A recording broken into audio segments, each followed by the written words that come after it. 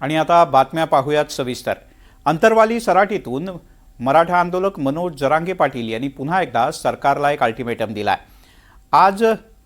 आजचा दिवस सरता सरता म्हणजे हा पत्रकार परिषद घेऊन अल्टिमेटम देण्यात आला. 30 तारखेपासून तीव्र स्वरूपाच्या आंदोलनाची घोषणा जरांगे पाटील यांनी केली आहे.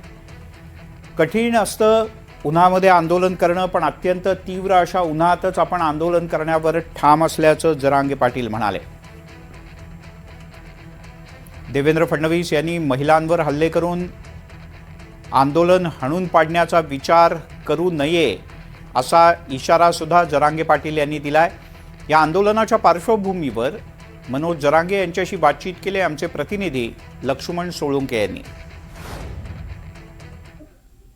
मराठा आरक्षणाच्या मागणीसाठी आपण जर बघितलं तर अंतरवाली सराटीतून पुन्हा एकदा आता मनोज जरांगे पाटील यांनी आंदोलनाची या ठिकाणी हाक दिलेली आहे. मात्र हे आंदोलनाची हाक देताना आपण जर बघितलं तर मनोज जरांगे पाटील यांनी कठीण स्वरूपाचं आंदोलन होणार अशी घोषणा केलेली आहे. दादा, मला काय सांगाल की तुम्ही आज पुन्हा आंदोलनाची घोषणा केलेली आहे. या आंदोलनाची घोषणा करताना तुम्ही कठीण स्वरूपाचं आंदोलन असेल अशी घोषणा केलेली, नेमकी कशा स्वरूपाचं हे आंदोलन असणार आहे?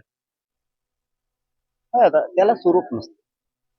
त्या निर्णयाला त्याला स्वरूप नसतं. आपण जर एखादं मोर्चा काढायचं म्हणलं तर त्याला आमरण उपोषणाला स्वरूप नाहीये. कारण आपण डायरेक्ट उठणार आहे 30 मेला आणि तर रानात जाऊन बसणार, उन्हात, भर उन्हात, कडक कडक उन्हात जाऊन बसणार आहेत बाजेवर. तर आरक्षण आणि मागणीची अंमलबजावणी करायची.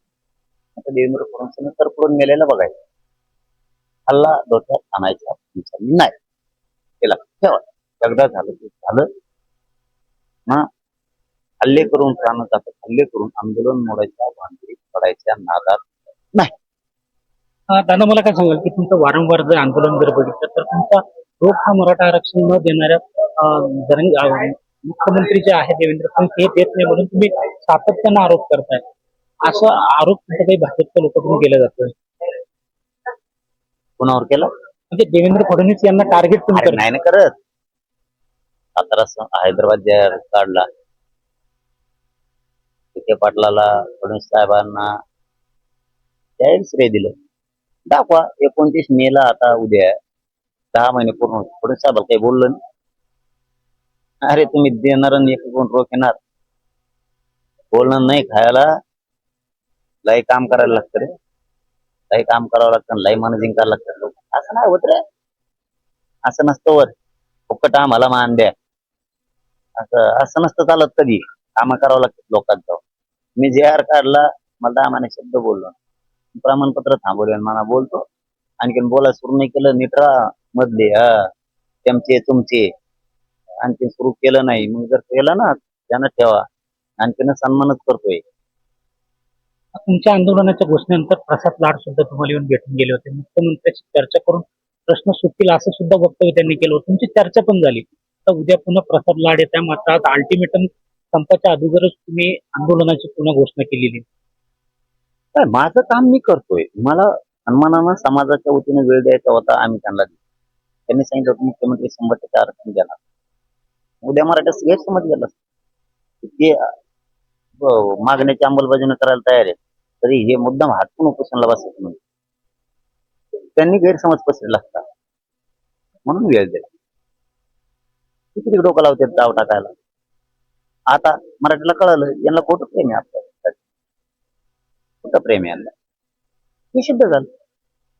आजवरचं आंदोलन जर बघितलं तर तुमच्यावेळेस नेहमी शिष्टमंडळ चर्चा करण्यासाठी येतं. मात्र त्यावेळेस कुठेतरी आचारसंहिता लागतं, कुठेतरी कारण असतं आणि त्यावेळेस हे शिष्टमंडळ येतं आणि पुन्हा तुम्ही आंदोलनाला बसतात. यातून अशा मागण्या पूर्ण कशा होणार? काय म्हणजे काल कॅबिनेट नाही झाली, झाली का नाही झाली? पुढे आचारसंहिता, शेतकऱ्याचे प्रश्न आले का आचारसंहिता, मराठीचे प्रश्न आले तर बापाची पिंडी वर कडे का लोकांना. पाठीमागचे बी कॅबिनेट झाली, ती पण झाली. अवघड ते शहराचे निवडणुकीतून याचा काय म्हणजे खेड्यापाड्यात काय निवडणुकीतून आचारसंहिता आणि इथं का बॉम्ब तयार करतो का? फॅक्टरी टाकली काय बॉम्ब तयार करायचे? उद्या प्रसाद लाड आणि मराठा उपसमितीचे जे अध्यक्ष आहेत विखे पाटील चर्चा करण्यासाठी येत आहेत, तुमच्याशी चर्चा करणार आहेत. त्या चर्चेनंतर आंदोलनाच्या भूमिकेवर तुम्ही ठाम असणार? अंमलबजावण्याचं नाही तर मग आंदोलन नको तर काय करायचं. मागणीचीच अंमलबजावणी नाही. किती तुम्ही अन्याय करणार यार मराठीने तुम्हाला सत्तेवर बसवलं. त्यांच्यावर किती अन्याय करणार, किती दिवस मराठा सहन करणार. मला मागण्याची अंमलबजावणी करावी लागेल सगळ्या. लक्ष्मण सोळंके, एनडीटीव्ही मराठी, जालना.